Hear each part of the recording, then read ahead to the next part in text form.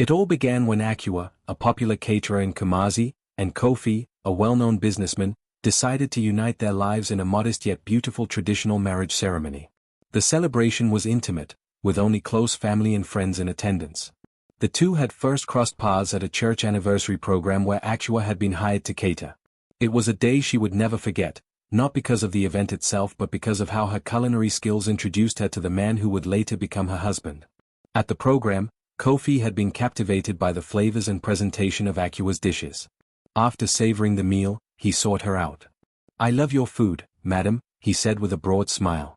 "You're incredibly talented. Your husband must be so proud of you." Akua, caught off guard but flattered, returned the smile. "Thank you for the compliment, but I'm not married," she replied warmly. She then handed him her business card and encouraged him to contact her for future events. That brief interaction marked the beginning of a beautiful friendship that eventually blossomed into a romantic relationship. Soon, their bond deepened, leading to marriage. Kofi seemed like the ideal partner. He was supportive, God-fearing, and hardworking. Akua felt blessed, believing her prayers for a happy and fulfilling marriage had been answered. Their union brought her immense joy and hope for a bright future. Shortly after their wedding, Akua discovered she was pregnant. The news brought immense happiness to the couple, and after 9 months, they welcomed a beautiful baby girl, whom they named Adwoa. Her arrival was like a ray of sunshine, brightening their lives and strengthening their bond. Akua's heart swelled with gratitude for her growing family. She looked forward to creating precious memories together. However, amidst the joy, a shadow loomed over their happiness, one that Akua could never have foreseen. Living with them was Kofi's younger brother, Kwame.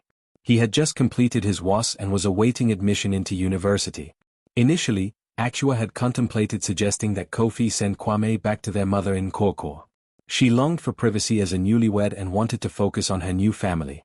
However, she decided against it, not wanting to be perceived as a troublesome wife. Instead, she chose to embrace Kwame as her own younger brother. Over time, she grew to appreciate his presence and the help he provided around the house.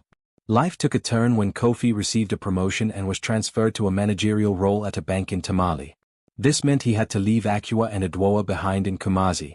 Though he visited once or twice a month, the separation was challenging for the young family.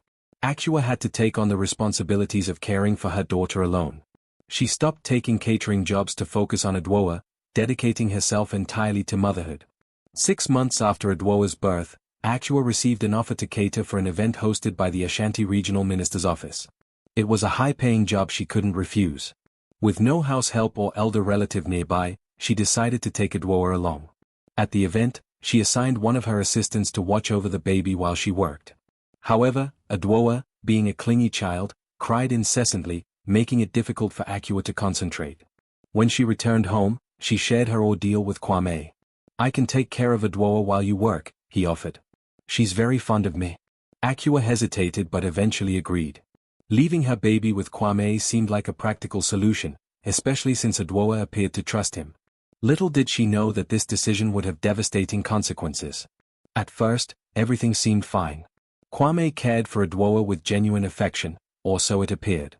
He fed her, rocked her to sleep, and played with her. Akua felt reassured, believing Kwame to be a loving and dependable uncle. However, over time, his behavior began to change. He grew overly attached to Adwoa, volunteering to watch her even when Akua was at home. Though Akua noticed this, she dismissed it as Kwame simply being fond of his niece. Then came the turning point. Kwame began taking Adwoa into his room whenever Akua was away. His actions, hidden behind closed doors, were monstrous. Adwoa's cries grew louder and more frequent, especially when left alone with him. Akua attributed this to mood swings, unaware of the horrors her child was enduring. One night, Akua had a vivid nightmare. In the dream, Adwoa was crying out to her, her tiny hands reaching for help, but Akua couldn't understand her words. She woke up with a start, her heart racing. Rushing to check on Adwoa, she found her peacefully asleep. Akua brushed off the dream as a figment of her imagination, but the uneasy feeling lingered. A few days later, Adwoa developed a fever. Akua took her to the hospital, where a series of tests were conducted. When the doctor reviewed the results, his expression turned grave. "Your daughter has chlamydia, an STI," he said cautiously. "I'm sorry, but I believe someone has been abusing her." Akua was in shock. "That's not possible," she insisted. No one would harm my child. But deep down, her instincts pointed to Kwame. Determined to uncover the truth, she devised a plan. She lied to Kwame about having another catering job and left the house as usual. However, this time, she returned unexpectedly. Entering the house, she found it unusually quiet. Her heart pounded as she walked toward Kwame's room. What she saw when she opened the door shattered her world. Kwame was caught in the act. Adwoa began crying upon seeing her mother, as if pleading for rescue. Akua's screams echoed through the house, drawing the attention of neighbors. When Kofi returned from Tamale, Akua confronted him with the horrifying truth. Torn between loyalty to his brother and love for his wife and daughter, Kofi struggled to process what had happened. Akua demanded justice, but Kofi begged for mercy, asking her to keep the matter within the family. Despite immense pressure from relatives to stay silent, Akua refused to back down. "My daughter deserves justice," she declared. Her determination to protect Adwoa outweighed any fear of familial backlash. Though emotionally scarred, she relocated to Tamale with Kofi and Adwoa, leaving behind the house that had become a symbol of betrayal. Akua and Kofi sought counseling to heal and rebuild their lives. Together, they vowed to create a safe and loving environment for Adwoa. Akua's experience became a cautionary tale for mothers everywhere, a reminder to trust their instincts and prioritize their children's safety. Dear mothers, your children are your most precious treasure. Guard them with vigilance and unwavering love.